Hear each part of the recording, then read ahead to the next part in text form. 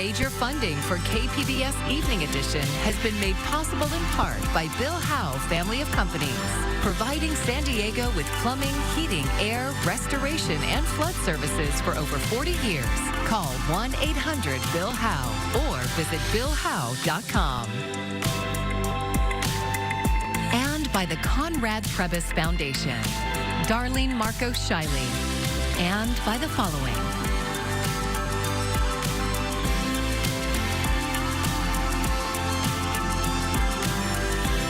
By viewers like you. Thank you.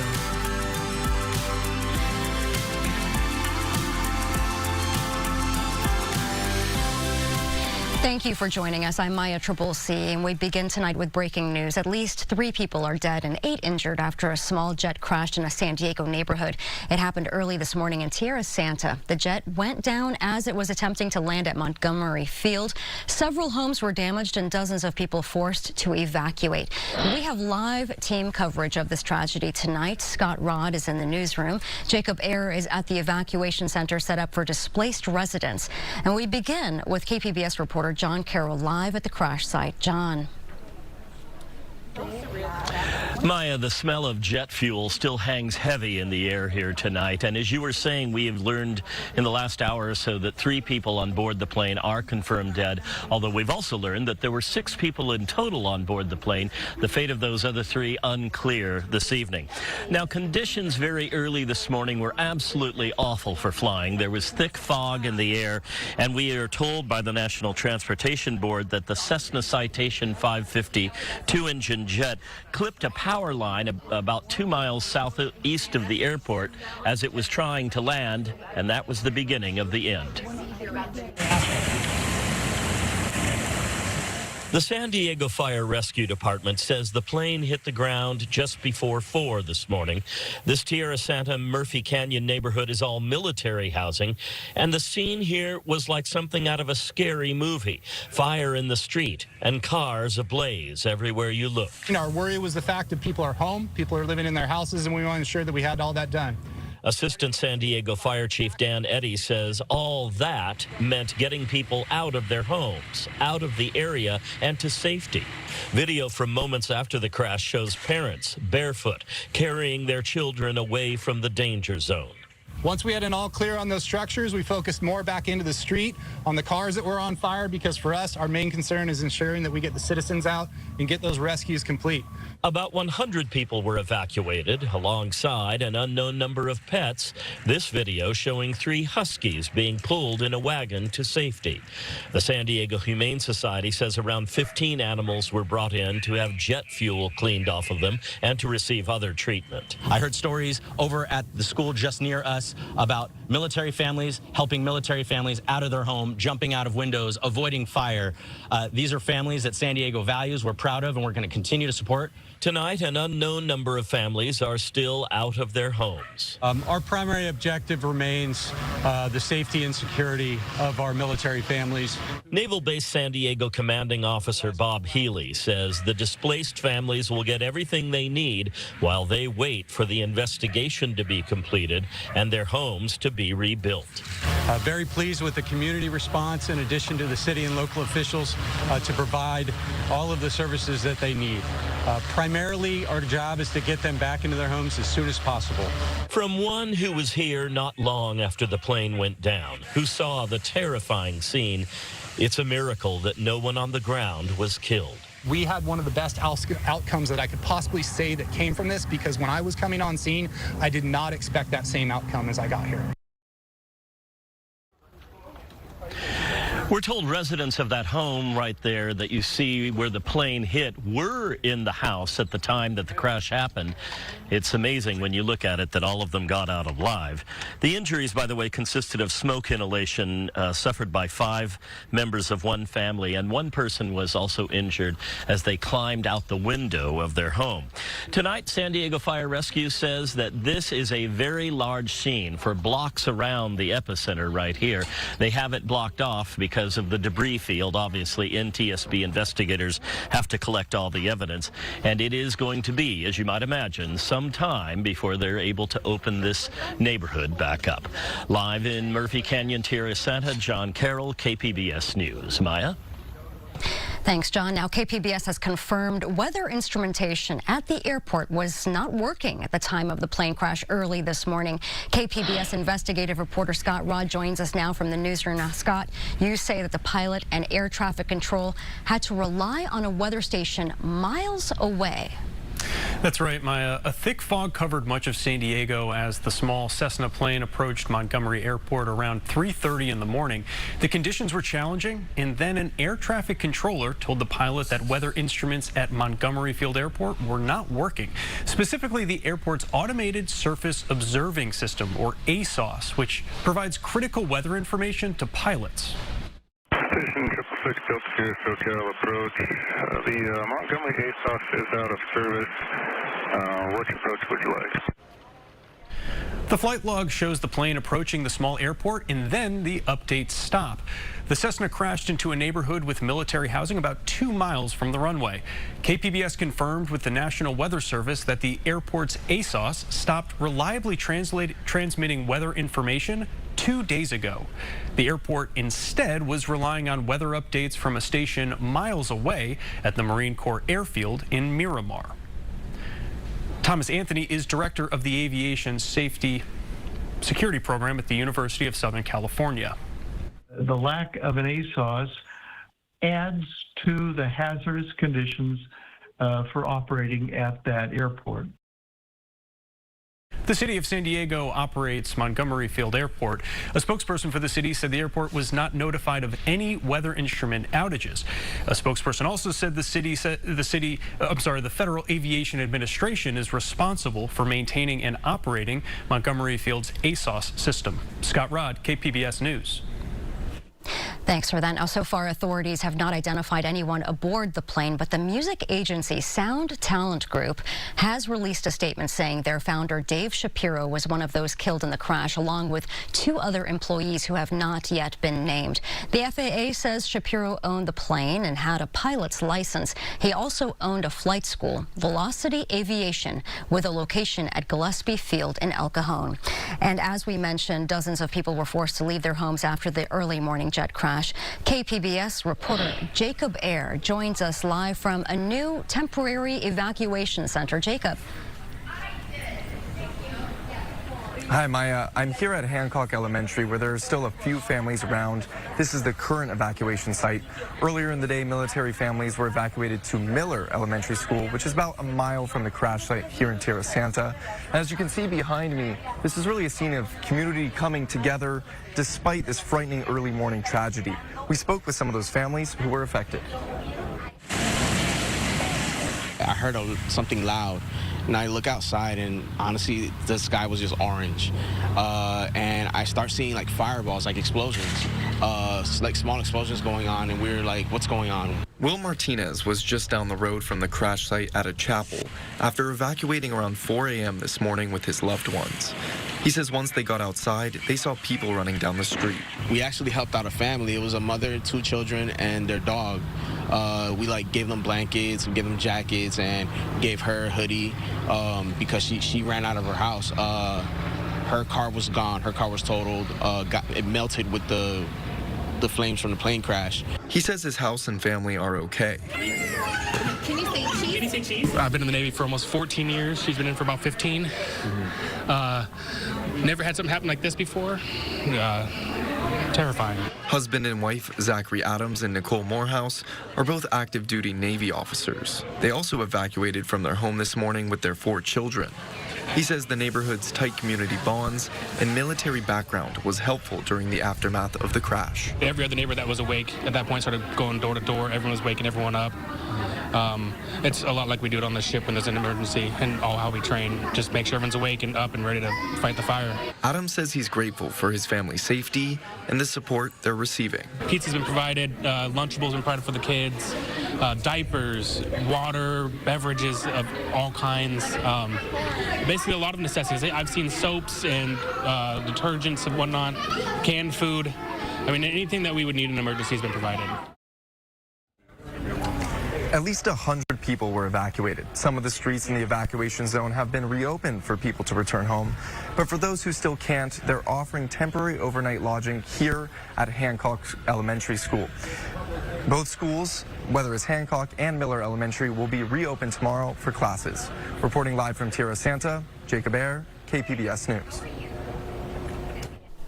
And we will continue following this story as it develops and bring you new information as we can get it. You can find all the latest updates on our website, kpbs.org. We've had a warm go of things, and with a few clouds tonight, we only fall into the lower 60s in the city. Of course, we are easing out of some of that warmth. I'll tell you when we find the most relief in the days to come in that full forecast just ahead. It's been 16 months since the January 22nd flood devastated the South Crest community. There are now 53 lawsuits against the city with more than 1,500 plaintiffs. KPBS reporter Alexander Nguyen catches up with one of the plaintiffs. Jessica Calix says before the flood, this South Crest neighborhood was a tight-knit community. I miss this neighborhood.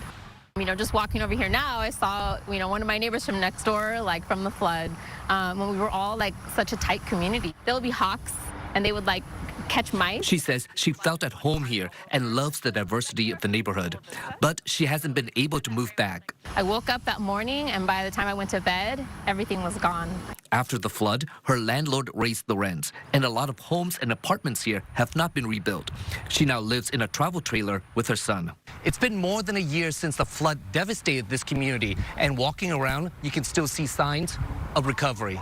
Calix is now part of a lawsuit against the city, alleging it failed to maintain Joyous Creek by removing trash and debris, leading to the devastating flood. Because there needs to be accountability for this preventable disaster. The infrastructure that's been neglected for years needs to be finally taken care of. But we need positive change in our communities. The city is facing 53 lawsuits that a San Diego Superior Court judge has combined into a mass tort with more than 1,500 plaintiffs.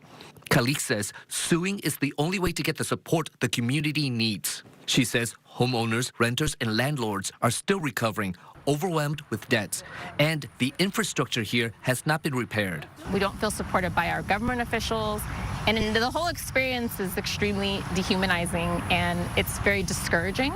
The concern now is how the city's budget woes will affect the lawsuits going forward. Alexander Nguyen, KPBS News. Republicans and Democrats don't agree on much these days, save for this. More than 86% of voters from both parties think members of Congress should be banned from trading stocks.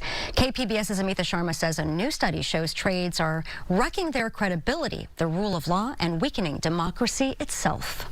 UC San Diego researchers found that information about congressional lawmakers trading stocks sinks public trust. A study by the watchdog group Unusual Whales revealed in 2024 that GOP Congressman David Rouser's investment returns shot up 149%.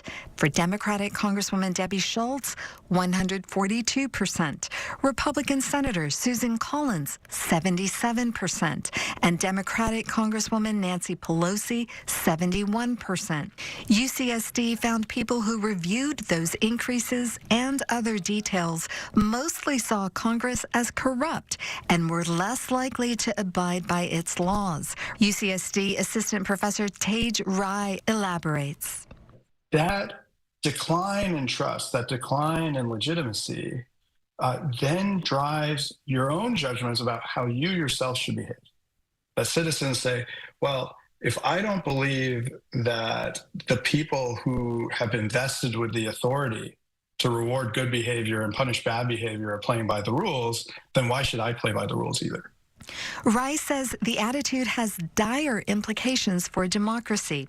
UCSD doctoral student Rehan Alam says people viewed lawmakers who didn't make a profit with equal disdain. Message to that to Congress is to ban stock trading, because you're reducing the legitimacy of an institution that already has confidence and trust already at an all-time low.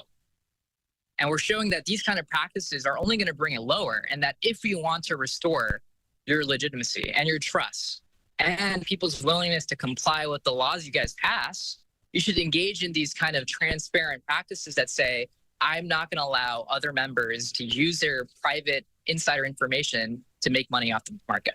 Only 29% of Americans trust Congress, according to a recent Gallup poll. Republican Senator Josh Hawley last month reintroduced legislation to prohibit congressional members from trading or holding individual stocks. Amita Sharma, KPBS News. A white actress is suing the San Diego County Library for not allowing her to portray black civil rights icons. KPBS reporter Katie Hyson says it's one of a wave of lawsuits across the country claiming discrimination against a majority group. Annette Hubble wrote a one-woman show. She portrays historical figures, white like herself and black. It never occurred to me that might even be an issue. She says Rancho Santa Fe Library asked her to perform her show for Women's History Month. She gave them a list of characters to pick from. They chose Harriet Beecher Stowe, a white abolitionist, Mary McLeod Bethune, black civil rights leader, and Harriet Tubman, who escaped slavery and rescued others. A couple weeks before the show, they asked Hubble to swap out Bethune and Tubman for white characters. And I said, why? And they said, she said, because it's not appropriate for you to be doing this. You're a white woman. And I said, oh, no. You don't understand. I'm honoring these women. And she said, that doesn't matter. And I said, you mean I'm only to perform women whose stories of bravery and courage should be told if they're white? And she said, that's pretty much it. So I'm not getting it. So I said, well, tell me how this is different from the Hamilton play. In Hamilton, non-white actors portray white historical figures. The debate escalated to the library's diversity and inclusion team. They affirmed the decision, but Hubble refused to swap out the characters, so the library canceled her performance. The library said it won't comment on pending legal matters. Hubble doesn't use makeup for her characters. I think if people thought I was doing blackface or a parody of these people, not respecting them, then that might be a cause for an objection.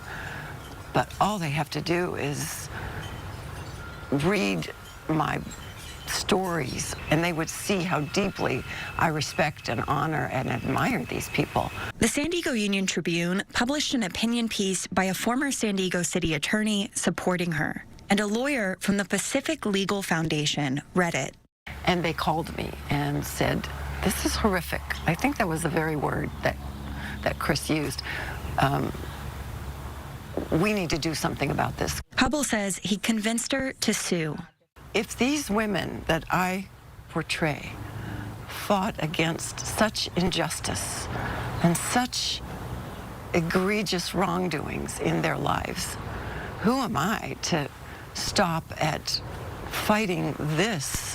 Pacific Legal Foundation says it fights for individual liberties. It's filed suits against implicit bias training, race quotas for licensing boards, and programs meant to close racial opportunity gaps. I asked Hubble's lawyer, Chris Barnewald. The government simply doesn't have the right to exclude anyone by race. Is there a hope with any of these cases that it might set legal precedent? For sure. We do this because we're interested in the impact. So-called reverse discrimination suits stretch back to at least the 1970s. Recently, high-profile cases have made headlines again, like the Supreme Court ruling against considering race in college admissions. And in San Diego, after a white plaintiff sued, the city removed the race requirement from a program meant to help people of color buy their first home.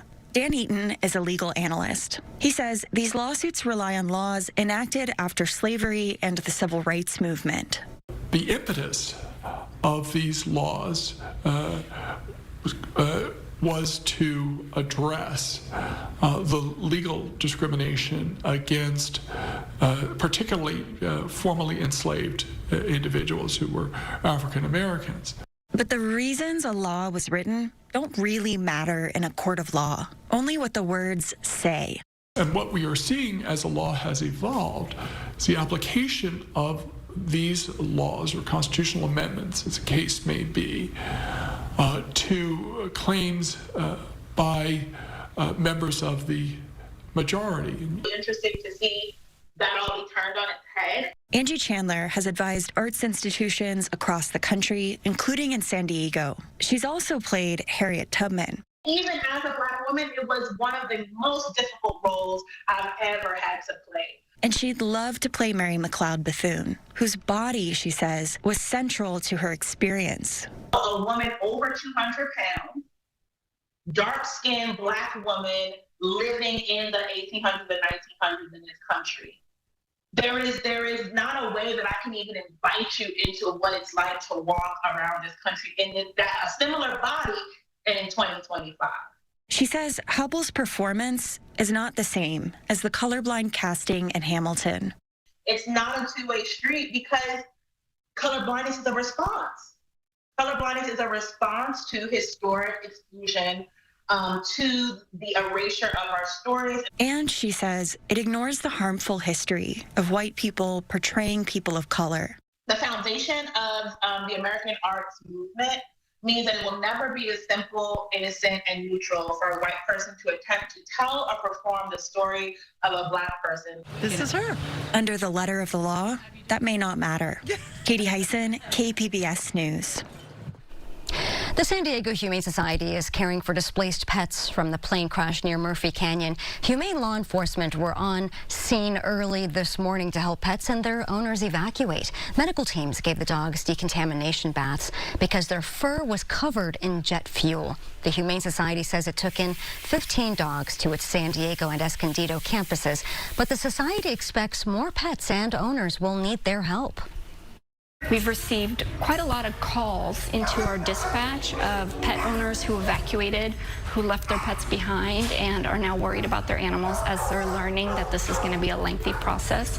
So our emergency response team is essentially going through the list of calls to make sure that those animals are okay. For now, they are being emergency boarded with us while we figure out who their owners are, what the situation is. Doing good work there, and if you and your pet needs help from the Humane Society, you can call the number that you see on your screen. The number is 619-299-7012, and you can press 1 for dispatch.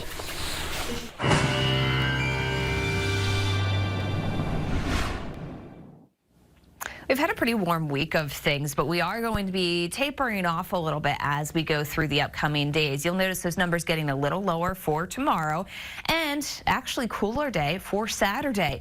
Marine layers going to start to weaken on Sunday, which you know what that means. The numbers start to hedge their way back up in most of our locations, so we will have more of the ridge building back in across the western U.S. as a whole.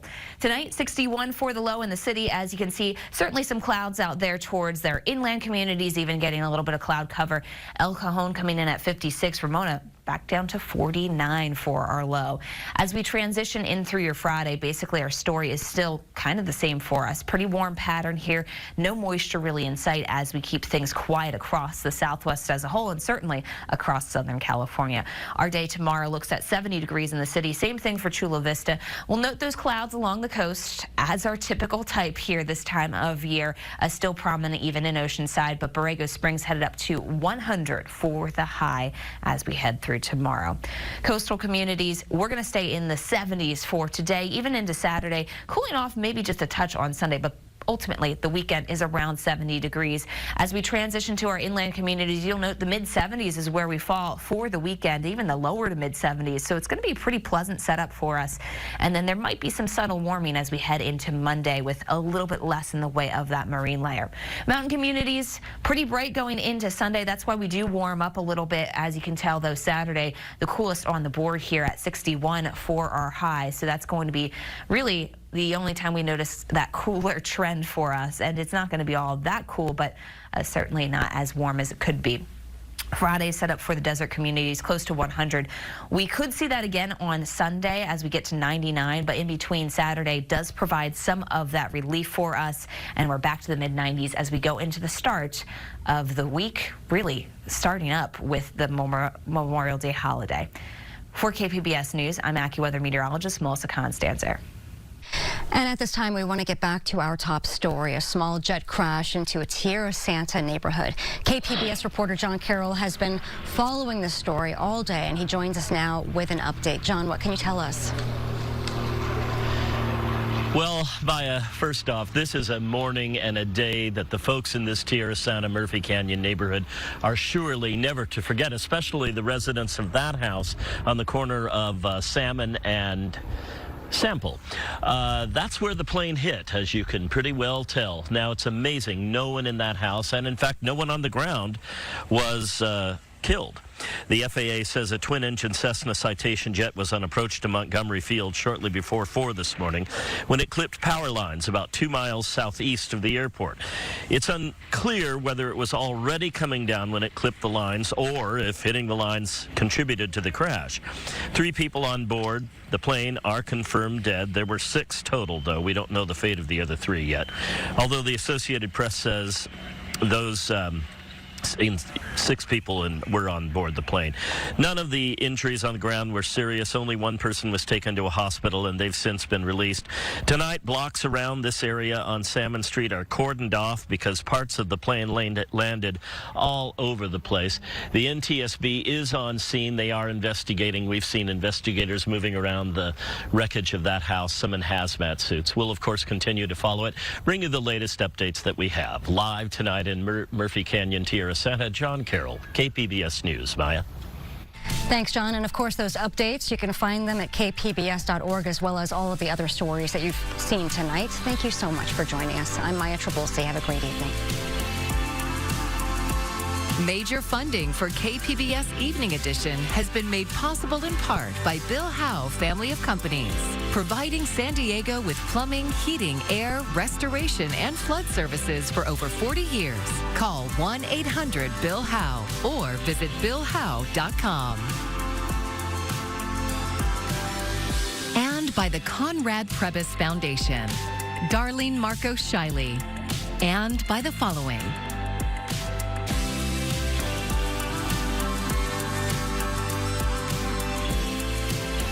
and by viewers like you. Thank you.